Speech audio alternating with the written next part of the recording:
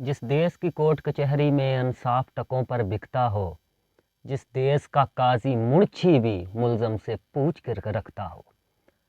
तमाम देखने और सुनने वालों को मेरा सलाम पहुँचे। मैं शकीब अंजम हूँ और आप देख रहे हैं मेरा YouTube channel analysis and news. तो शुएब शाहीन साहब पेश हुए थे सुप्रीम कोर्ट ऑफ पाकिस्तान में और वहाँ पे उन्होंने एक मामले को लेकर कुछ दलाइल रखे थे। जो मिसिंग पर्सन का केस था वो चीफ जस्टिस साहब के सामने पेश हुए और वहाँ पे उन्होंने कहा कि ये लोग जो है कुछ नाम उन्होंने लिए। एक उन्होंने इमरान रियाज खान साहब का भी नाम लिया कि ये आदमी भी था, ये गायब हो गया था और दोबारा से मंजर आम के ऊपर आया। और इसी तरह बहुत से मिसिंग पर्सन हैं जिनका आज तक पता ही नहीं चला कि उन्हें कौन उठा कर ले गया और बाद में वो अपने घर वालों को नहीं मिले। तो काजी साहब ने कहा कि इमरान रियाज और शेख रशीद और इस जैसे लोग अगर कहीं पे मिसिंग पर्सन हो गए थे तो अब तो वो वापस आ गए हैं, तो केस ही खत्म हो गया। सर ऐसे नहीं चलता। मुझे बहुत अफसोस हुआ आपके ये रिमार्क सुनकर। मुझे आप बताएं, कल को एक शख्स उठेगा, वो किसी दूसरे शख्स को जो है वो 20 खंजर मार देगा, लेकिन वो जिसे खंजर लगे होंगे वो बच जाएगा, उसकी जान नहीं जाएगी। तो आप क्या ये कहेंगे कि खंजर तो इसे जरूर लगे थे लेकिन ये बच गया, अब तो इसके ऊपर तो कोई केस ही नहीं बनता। कल को अगर कोई बंदा उठेगा, रास्ते चलते हुए किसी औरत के कपड़े फाड़ देगा और बाद में आप कह देंगे कि उस टाइम पे इसके कपड़े फटे थे लेकिन अब इसने कपड़े पहन लिए हैं, तो इसका तो केस ही खत्म हो गया।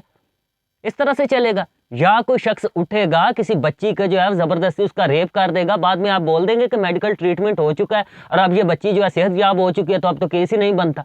इस तरह से ना करें, दुनिया में इस तरह नहीं चलता। सर लोग आपके पास उम्मीद लेकर आए हैं कि आप सुप्रीम कोर्ट ऑफ पाकिस्तान के चीफ जस्टिस हैं, तो आप इंसाफ करेंगे। मैंने आपको देखा है कि यहाँ पे पूरी दुनिया में ऐसा होता है कि वकील जो है वो दलाइल देता है और जज जो है वो दलाइल को सुनता है और उसके बाद उसके ऊपर फैसला देता है। यहाँ पे उल्टा हो रहा है, यहाँ पे वकील जो आराम से खड़े हैं और चीफ जस्टिस साहब जो है वो दलाइल दे रहे हैं। ऐसे चलता है सर? ऐसे तो नहीं चलता। और बहुत सी बातें ऐसी देखने में आती है कि आप वकला को जो है वो प्रेशराइज करते हैं। आप कह रहे हैं शुएब शाहीन साहब को कि आपकी बातों से लगता है कि आप एक पार्टी की नुमाइंदगी कर रहे हैं, आप सिर्फ पाकिस्तान तहरीक इंसाफ के लोगों का नाम ले रहे हैं कि उनको अगवा किया जा रहा है। और सर जी, अगर एक आदमी के साथ या एक पार्टी के साथ कोई मसला है तो उसी का केस जाएगा ना आपके पास। मुझे आप बता दें कि एक बंदा अगर कत्ल हो गया है तो जब जज के सामने मुद्दई का वकील पेश होगा तो वो ये बात करेगा ना कि फलां शख्स कत्ल हो गया। वो ये तो नहीं ना कहेगा कि फलां शख्स कत्ल नहीं हुआ। ऐसे तो सर आप ना करें। लोग आपके पास इंसाफ की उम्मीद लेकर आए हैं और आप उनका मजाक उड़ा रहे हैं। करना क्या चाह रहे हैं आप? पूरी दुनिया हमारे ऊपर थूक रही है, पूरी दुनिया में हमारा मजाक बन रहा है। मुझे आप ये बताएं कि 1947 में जब पाकिस्तान बना था तो ये लोग हिजरत करके यहाँ पे आए थे और बहुत सारे लोग यहाँ पे आए थे कि जो भी इंसाफ का मामला होगा, अगर कोई मसला होगा तो हम पाकिस्तान की जो अदालतें होंगी, जो जज साहबान होंगे, उनके सामने पेश होंगे। तो क्या ये लोग अब इंसाफ लेने के लिए DY चंद्रचूड़ के पास पहुंच जाए, जो इंडियन सुप्रीम कोर्ट के चीफ जस्टिस हैं, या वहां के retired chief justice Markande Katju के पास पहुंच जाए? और उससे अगले दिन क्या हुआ? लतीफ खोसला साहब आपके सामने पेश हुए और उन्होंने ये आपसे दरखास्त की कि हम जो पाकिस्तान तहरीक इंसाफ के लोग हैं, हम जो कागजात नामजदगी जमा करवा रहे हैं इलेक्शन के लिए, हमारे कागजात रिजेक्ट हो रहे हैं। तो आपने पूछा कितने लोगों के रिजेक्ट हुए, तो वो देखने लगे। तो आपने कहा नहीं जी नहीं, जिनके रिजेक्ट हुए उनको छोड़े, आप ये बताएं कि कितने लोगों के एक्सेप्ट हुए।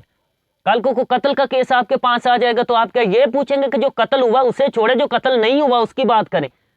फिर आपने बोल दिया उनसे, जनाब चीफ जस्टिस साहब ने बसद्दे एहतराम मैं को तौहीन अदालत नहीं कर रहा, तो आप बोल रहे हैं सरदार लतीफ खोसला साहब से कि आपने अपने नाम के साथ सरदार क्यों लगाया हुआ है? ये क्या बात हुई? केस तो ये चल रहा है कि हमारे साथ ये ज्यादतियां हो रही हैं और अगर ये सच में कानूनी ज्यादतियां तो आप इनको दूर करें। अगर कानून के मुताबिक हम सही हैं तो हमें जो है वो फ्री एंड फेयर इलेक्शन का जो है वो माहौल दिया जाए। तो आप आगे से पूछ रहे हैं, केस ये तो नहीं चल रहा कि किसी ने अपने नाम के साथ चौधरी क्यों लगाया, या सरदार क्यों लगाया हुआ, या मियाँ क्यों लगाया, या वडेरा क्यों लगाया, या मलक क्यों लगाया? ये केस तो नहीं ना चल रहा। तो अगर कोई आपके पास कोई फरियाद लेकर आ रहा है तो आप उसकी फरियाद को सुने। और सर मिसिंग पर्सन का मामला, इस्लामाबाद के अंदर लोग, बच्चे, बुजुर्ग, औरतें, बूढ़े धरना देकर बैठे हुए हैं। लोग सर्दी से ठठर रहे हैं कि हमारे प्यारे नहीं मिल रहे, हमारी फरियाद को सुना जाए। तो सर उनकी फरियाद पे को कान धरें। आप वकला का मजाक उड़ा रहे हैं, इस तरह से तो काम चलने वाला नहीं है।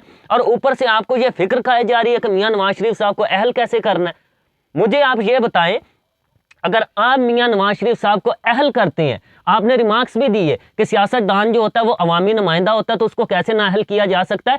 एक शख्स अवाम के वोटों से इलेक्टेड होके आया और उसने आकर अब कोई ओहदा संभाला और वहां पर बैठकर उसने करप्शन किया, उसने मुल्क को नुकसान पहुंचाया, मुल्क की उसने जो है वो पूरी दुनिया में जो है मुल्क का मजाक उड़वाया, और अगर उसे नाअहल कर दिया जाता कि भाई तुमने अपने ओहदे का गलत इस्तेमाल किया, तो इसमें गलत क्या है? आप कह रहे हैं इनको नाअहल नहीं होना चाहिए। 50 करोड़ तक अगर कोई करप्शन करे तो वो तो पहले ही माफ करा चुके हैं पार्लियामान के अंदर तरमीम करके, तो ऊपर से आप नाअहली भी खत्म कर दे, तो पहले इस मुल्क को कम लूटा गया जो उसके लिए आप और रास्ता हमवार करना चाह रहे हैं। और अगर आप मियां नवाज शरीफ साहब को अहल करना चाहते हैं तो जो 5 जजेस का बेंच था, जिसमें जस्टिस आसिफ सईद खोसा थे, जस्टिस गुलजार अहमद थे, जस्टिस अजाजुल एहसन थे, जस्टिस अजमत सईद शेख थे, जस्टिस अजाज अफजल थे, तो क्या आप उन 5 जजेस के खिलाफ भी कार्रवाई करेंगे? यहां से आप शुरू करेंगे क्या जो वाजिद जिया साहब की सरबराही में 6 रुकनी JIT बनाई गई थी, क्या आप उनके खिलाफ भी कार्रवाई करेंगे? क्या आपको सर सिर्फ ये फिक्र है कि मैं इनको अहल कर दूं? तो सर आप सीधा सीधा मियां साहब को बुलाएं और उनसे हलफ ले ले सुप्रीम कोर्ट के अंदर, उनसे कह दें कि आप तायात वजीर आजम। ये इलेक्शन का खटरा क्यों पाला जा रहा है?